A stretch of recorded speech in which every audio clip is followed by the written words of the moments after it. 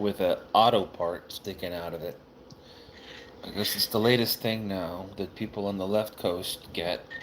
So instead of plastic straws, we're all sucking things out of auto parts. So this is what this looks like. It looks like it belongs in an engine.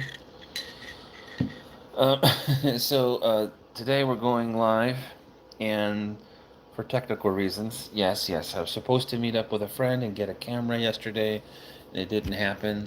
But we're going. I'm going to try again today, and if I'm not successful this weekend, I'll probably do a video like this in my car, because I'm still gonna do. I'm gonna do a series, or I'm gonna do a regular thing where I'm venting but in my car. Um, so that's what's going on today. Nobody joining right now. Things are getting. I am trying to promote these videos. I'm probably going to promote my videos a little bit more. Let's see if on Twitter. But yeah, what I wanted to talk about today was about Noam Chomsky and his influence on me and how long I've been following him, and because I've known about him since the 80s, and I've read I've read three of his books.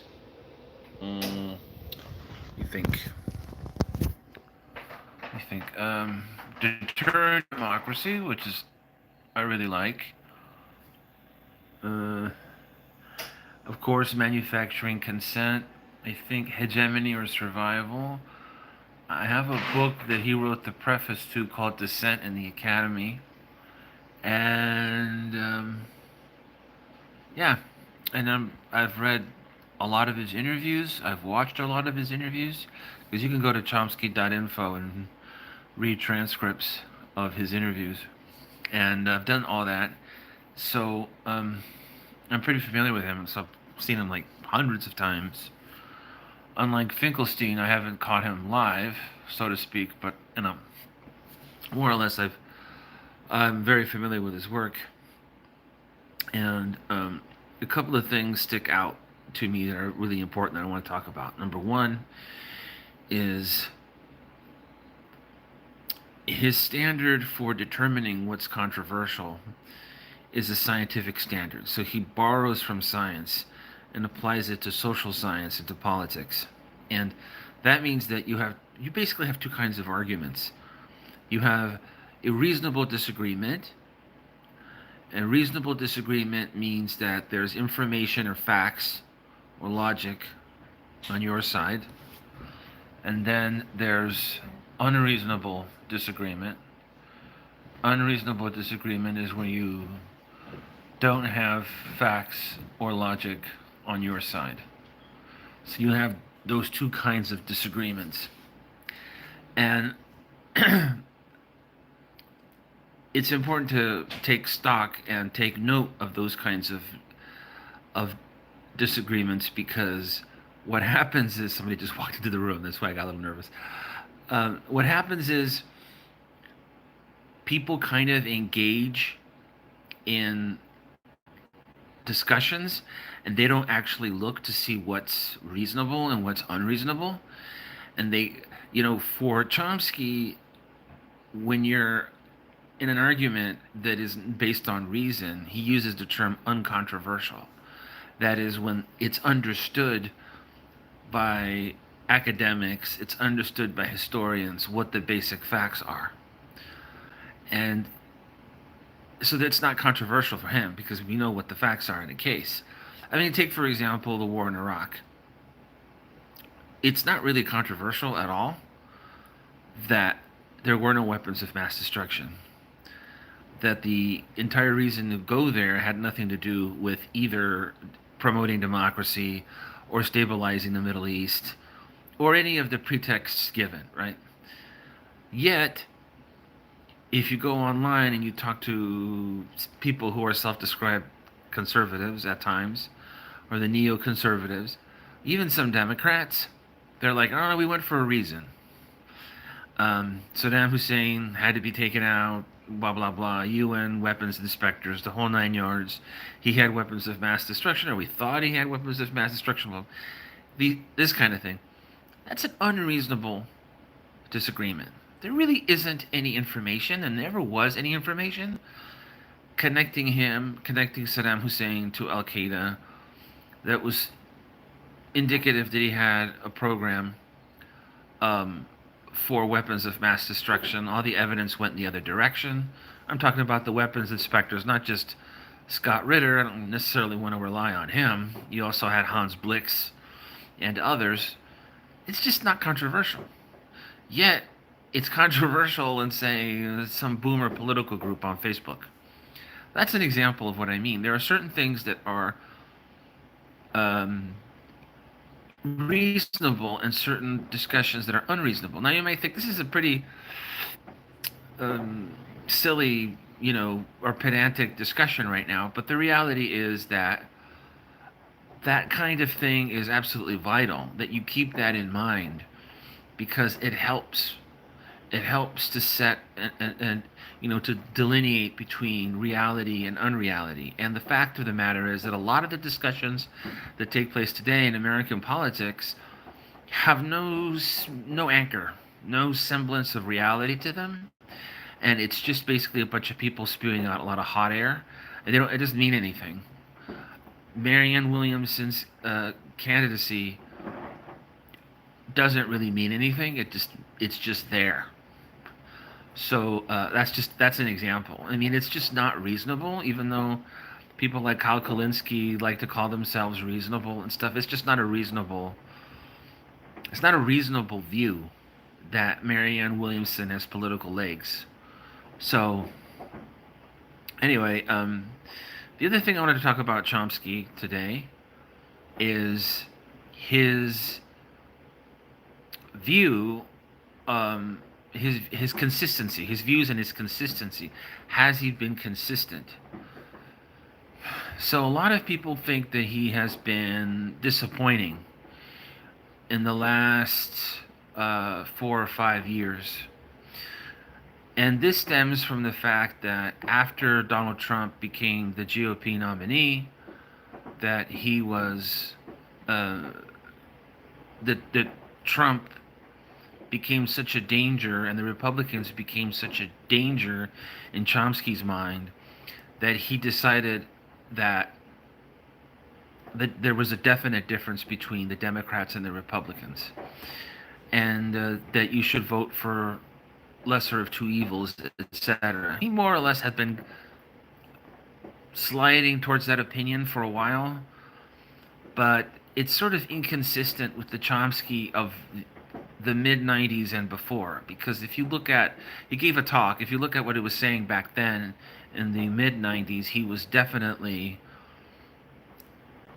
drawing attention to the fact that the difference between the Republican and the Democratic parties was shrinking, which is true. They were shrinking, and or the differences were being negated, because what was happening over time was that Bill Clinton was moving the party to the right. And in particular, in the speech he gave, which was called Old Wine or Same Old Wine in New Bottles, I think, he gave this speech, and Chomsky was pretty forthright and accurate in talking about how Bill Clinton basically represented the same policies that had been in place for decades.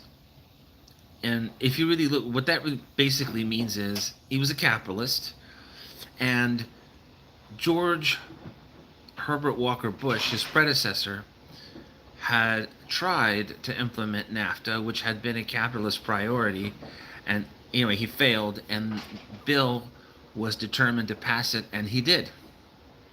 But if you look at the differences in capital and changes in capital,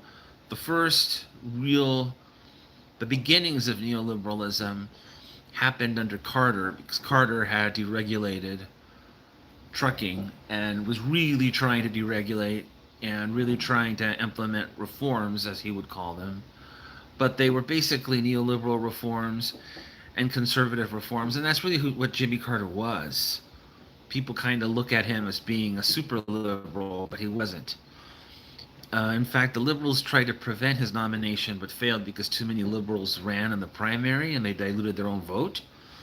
And he almost had he had a real competitor in the primary, in the 1980 primaries, from Ted Kennedy, but Ted Kennedy's candidacy fell apart after Chappaquiddick.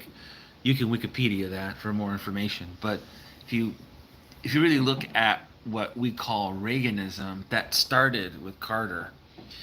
It's just that Reagan was, he accelerated that trend, that neoliberalism. So it didn't just start in 1980. It kind of started before with Carter. And then it continued under George the First, and then got, again, intense under Bill Clinton. And so that's what Chomsky was referring to. The domestic policy has been, for a while, class warfare. Warfare on labor, even if that doesn't really make sense from a capitalist perspective, because it doesn't. I mean, there's no rhyme or reason sometimes when they go to war against labor, because sometimes it ends up backfiring for capital. For example, nobody wants to give labor free health care, but that labor, health care's got to come out of somebody's pocket. You can't just have a bunch of sick workers or workers not getting health care. So oftentimes business has to insure their employees. That costs businesses a lot of money. So a lot of the policies don't make any sense even by capitalist standards. And well-fed, taken care of, educated, well-paid workers are good employees, right?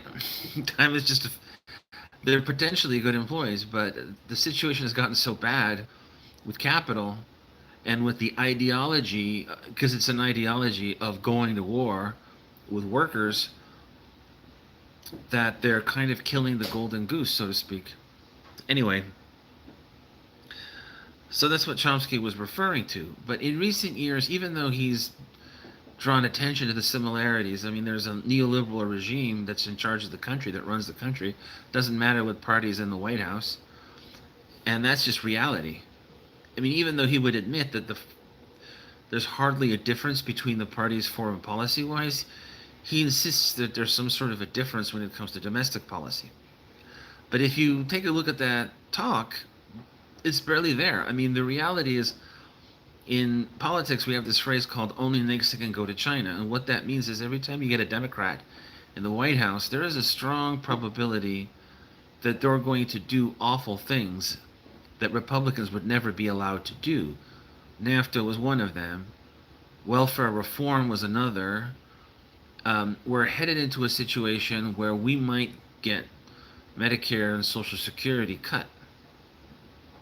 I mean, that's more likely to happen with a Democrat in the White House than with a Republican. So, and if you look at, I mentioned foreign policy being the same, which it is, and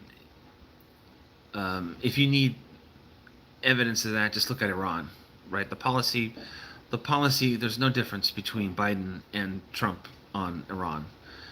If you look at immigration, there's some very few technical differences between them. If you look at climate change, Trump was in denial. Biden admits it's a problem, but does virtually nothing about it. So there's barely a difference there. And on multiple issues, there's barely a difference. So my point is that Chomsky he's been very consistent, but in that one area, he's been contradictory. If I have to criticize him, it would be on that, because honestly, the results of voting the way he wants you to vote, which is to vote lesser of two evils, if you're in a swing state, vote for the Democrats. The results are, it's pretty clear what the results are. The Democratic Party is now effectively the conservative party. In other words, they try to preserve American institutions, the power structure.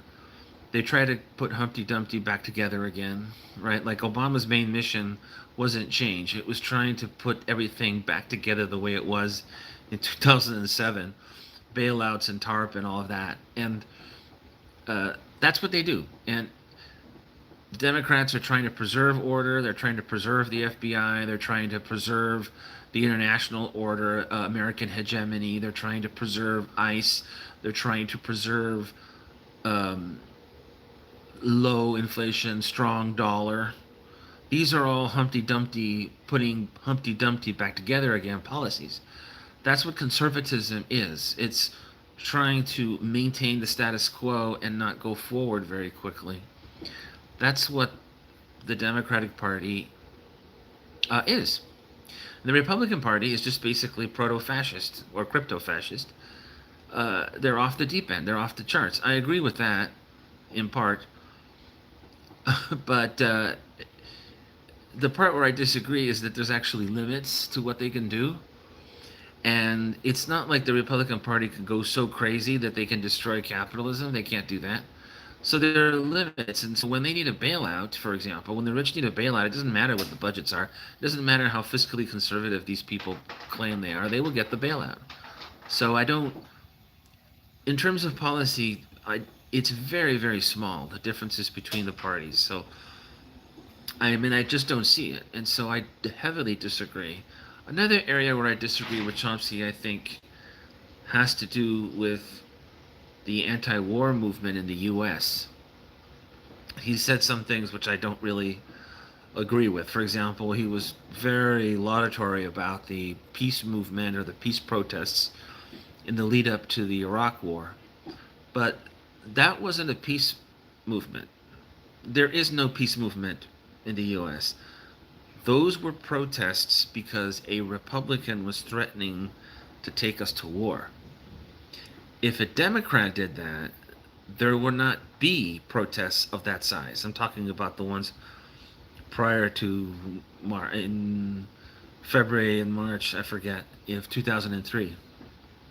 And we saw some of that after Trump was elected, where where the famous march where they were wearing the vagina hats.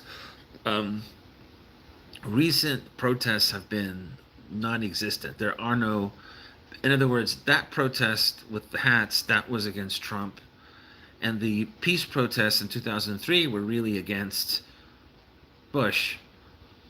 We don't have a peace movement that can put 100,000 people in the streets. It does not exist. It's totally dependent on liberals. Totally dependent on liberals.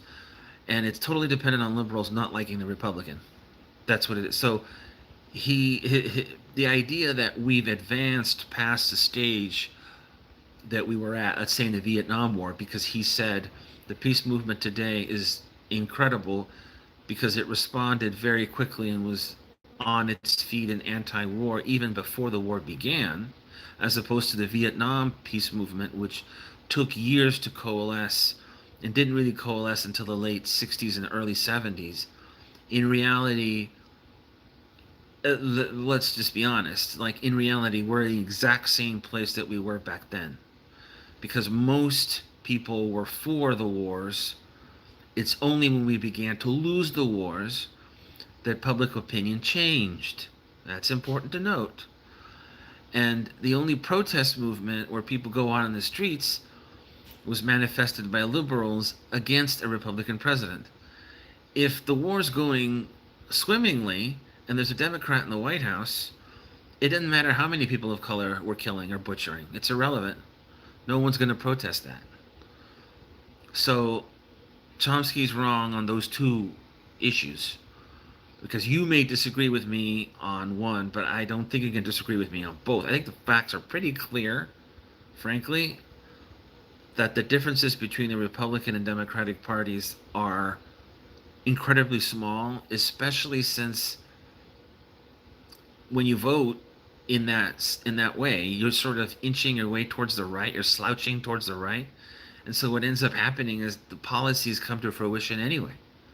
Like maybe there's a delay, when you vote for the Democrat, maybe. And anyway, but on the second set of issues having to do with Chomsky's analysis of the peace movement, I think also that's pretty clear. So, I mean, there's no peace movement in the country; it just doesn't exist.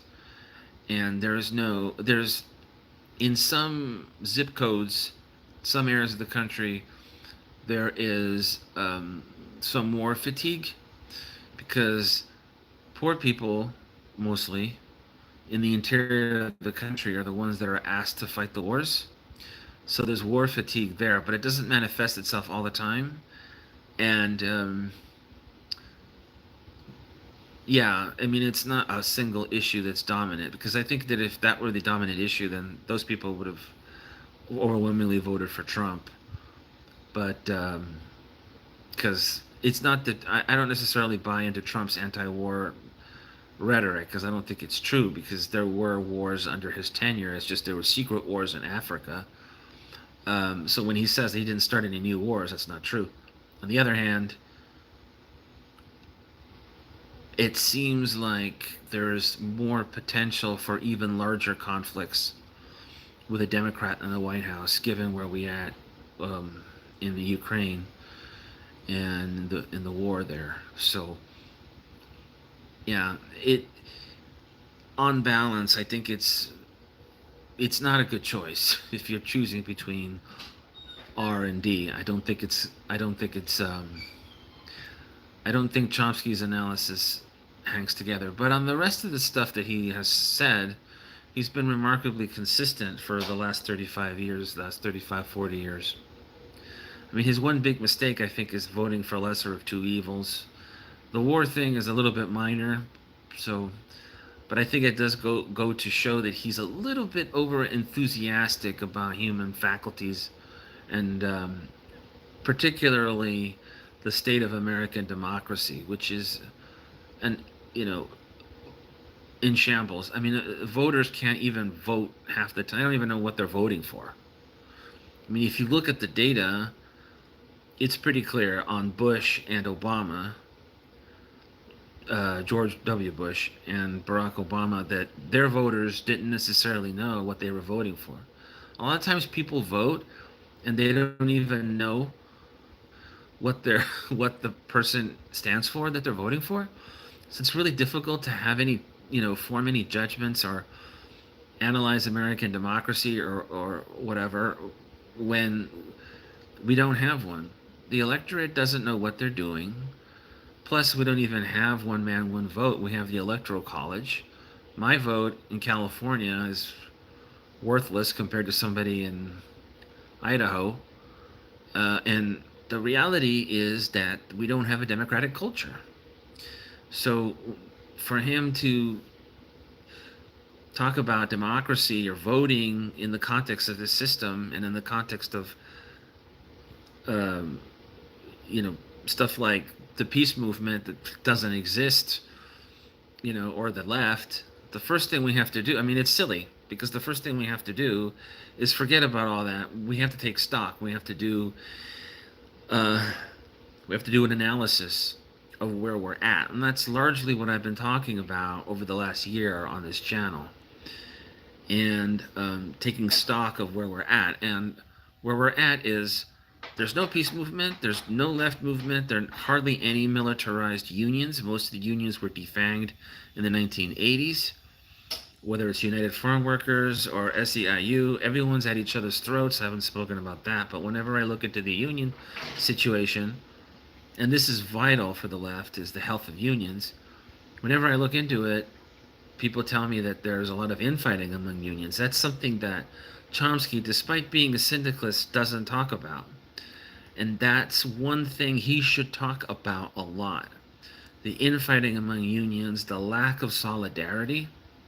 So, for example, if a union organizer I know went down to Occupy LA, and they didn't want her there. They didn't want her there.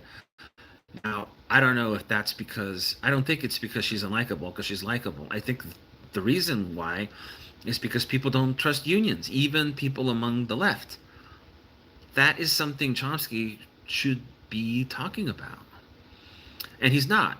For him to say, you should get together and organize, I mean, it's true, but there's some disingenuousness there because what are you, like, what do you really mean on a specific level? And that's what I really want to get to, is specificity. And if you're watching this video, I'm going to bring this to a close now, but if you're watching this video, I want your feedback, of course, but I also want you to go and look up, because I'm going to be making a video on this, but parliamentary cretinism and what that phrase means. Because I think the way the left, what suffices for the left anyway, in the U.S.